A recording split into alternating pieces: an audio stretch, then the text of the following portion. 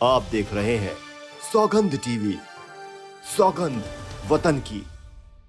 हम आप सब अच्छे से जानते हैं कि जातिगत वोट किस तरीके से बांटा जाता है और कैसे लिया जाता है।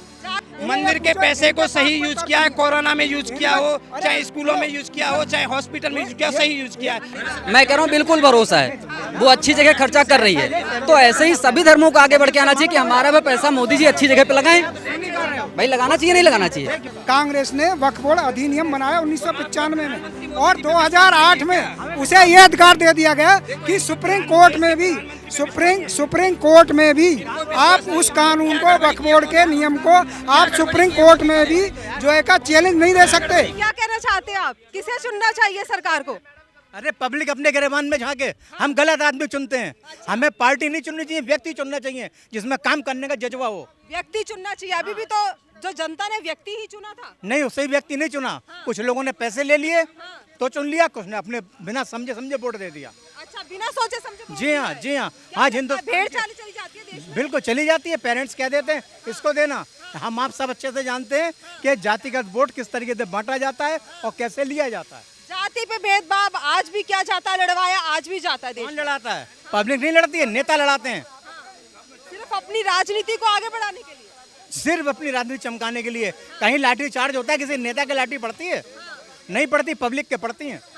पब्लिक के पड़ती है, ये कहना है। मैं तो ये कह रहा हूँ भाई से, मैं फिर प्रार्थना कर रहा हूँ कि यहाँ सभी लोग खड़े हैं। यहाँ दिल्ली के अंदर क्या, देश में शिक्षा से बच्चे परेशान हैं, बहुत महंगाई है। देखो एक सेकंड, इन्हें ना कानून की पता, नहीं नियम की पता, और ये झूठी बात वो करते हैं और इन्हें कोई नियम नहीं पता। मैं अभी अमेठी यूनिवर्सिटी से आ रहा हूँ। एक बात भी नहीं कह सकते ना। ये बताएं हमें कि मंदिर का पैसा कौन से स्कूल में यूज हो रहा है, वहाँ में कौन से स्कूल में मंदिर का पैसा जो हो रहा है, कौन से एक मिनट, जब सुनो तो सही, जब भारत सरकार अपने उसमें अपने अंडर में ले लेगी, उस पैसे को कहीं भी यूज कर सकती है। वो मस्जिदों में भी यूज कर सकती है, उसे कहीं भी कर सकते हैं। अरे कमाल है, मंदिरों का वो मोदी का नहीं, कांग्रेस का बनाया हुआ गंदा कानून। कांग्रेस का बनाया हुआ गंदा कानून, कांग्रेस का बनाया हुआ गंदा कानून। प्रधानमंत्री पे विश्वास है या नहीं? ना कानून का पता क्या वो कर देगा? देश के प्रधानमंत्री पे विश्वास है या नहीं? भरोसा है? एक साथ सारे कानून बदल देगा। जो कांग्रेस ने विवेदाकारी कानून बनाए, हमें तो अपने देश के प्रधानमंत्री जी पे भरोसा है। उन्होंने मंदिर के पैसे को सही यूज किया है, कोरोना में यूज किया हो, चाहे स्कूलों में यूज किया हो, चाहे हॉस्पिटल में यूज किया हो, सही यूज किया है। अगर गलत यूज किया है तो ये बताएं कि उस स्कूल में यूज किया है, उस यूनिवर्सिटी में यूज किया है। सरकार जहाँ होगी नियम के अनुसार ही खर्च करेगी। वो तो सब नियम है, जो भी होगा बजट के अकॉर्डिंग खर्च करती है। परंतु हिंदुओं के लिए ये विवेदाकारी कानून क्यों है? इन्हें पूछो कि संसद ये कानून है, आपका भरोसा नहीं? ये नहीं है, वो कर रहे हैं, वो धीरे धीरे 35 है 370 और ये जो है का यूसीसी जो आ रहे हैं, ये विवेदाकारी कानून को बदलने के, ये जो विवेदाकारी कांग्रेस ने जो कानून बनाए, इन्हें हटाने के लिए वो कर रहे हैं कि सबका साथ सबका विकास, इसी नीति पर चलना है। परंतु ये जो कुछ लोग टुकड़े गैंग है, उनको ये बात अच्छी तरह से नहीं लग रही है। और जो विवेदाकारी 1986 में जो बनाया था, बेचारी मुस्लिम महिलाओं को 3 तलाक, सुनो 3 तलाक, मुस्लिम महिलाओं को न्याय देने के लिए तो मोदी जी ने बनाया। 3 तलाक जैसा 3 बार तलाक कह दो, उनकी जिंदगी खराब हो जाती थी। जी बोलिए। देखिए, यहाँ पे बात बहस की नहीं है। हम दोनों भाई हैं, आपस में बहस नहीं करना चाहिए। हमें तथ्यपरक बातें करनी चाहिए। और तथ्य ये है, जैसे भाई साहब कह रहे हैं कि मोदी पे भरोसा नहीं है कि आपको, कि मंदिर का पैसा मोदी सही जगह लगा रहे हैं या नहीं लगा रहे हैं। तो हमें इन लोगों से कहना है कि हमें नहीं पता किस धर्म से बिलोंग करते हैं, लेकिन सभी धर्मों के लोगों को आना चाहिए कि हम मंदिर को, मस्जिद को, चर्च को, सारी चीज़ों को, सारी जो फंडिंग आती है, जितना ट्रस्ट है, वो सारा मैं सरकार को डोनेट करता हूँ। सरकार अच्छी जगह लगाएगी। ये सिर्फ मंदिर पे ही क्यों लागू है?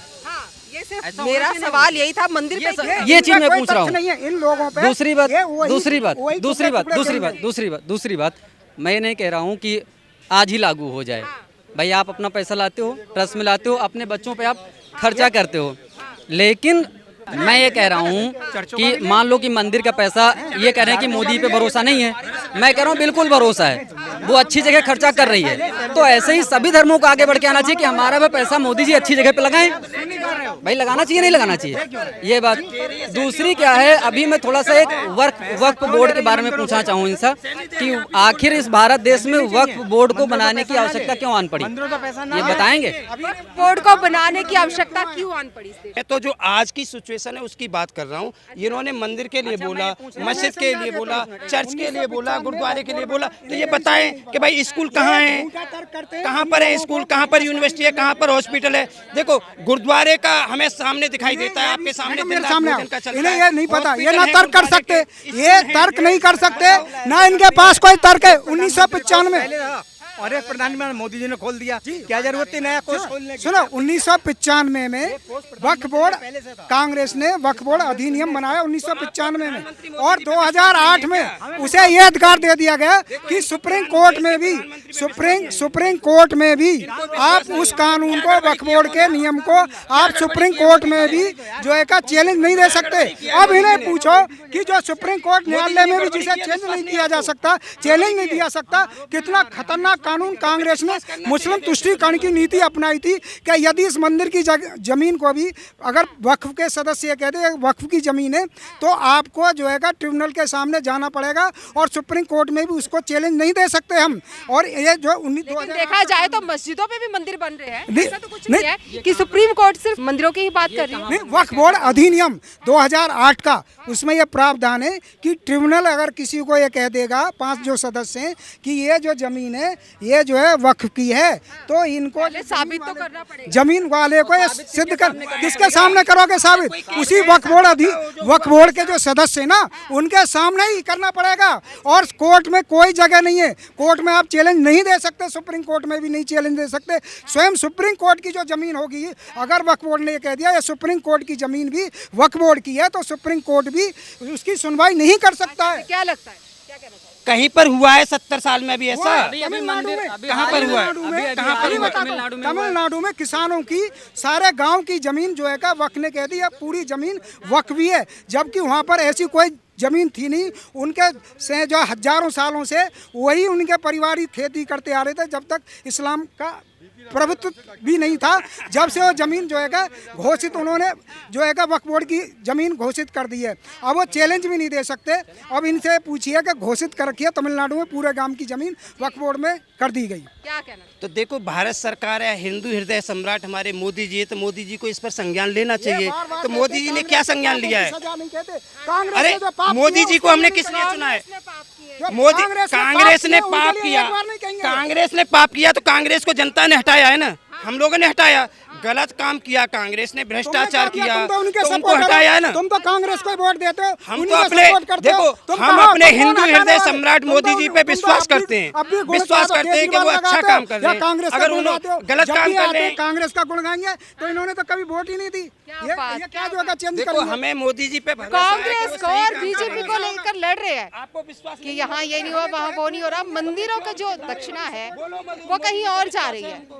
इतना आपस में बात करते करते इतना रोष में आ जाते हैं कि क्या ही कह सकते हैं। आपकी क्या राय है? अपनी राय हमारे साथ जरूर साझा करें। इन्हीं सब खबरों के लिए जुड़े रहिए, हमारे साथ देखते रहिए सौगंध टीवी। कैमरामैन अंकित के साथ राधिका शर्मा। आप देख रहे हैं सौगंध टीवी, सौगंध वतन की।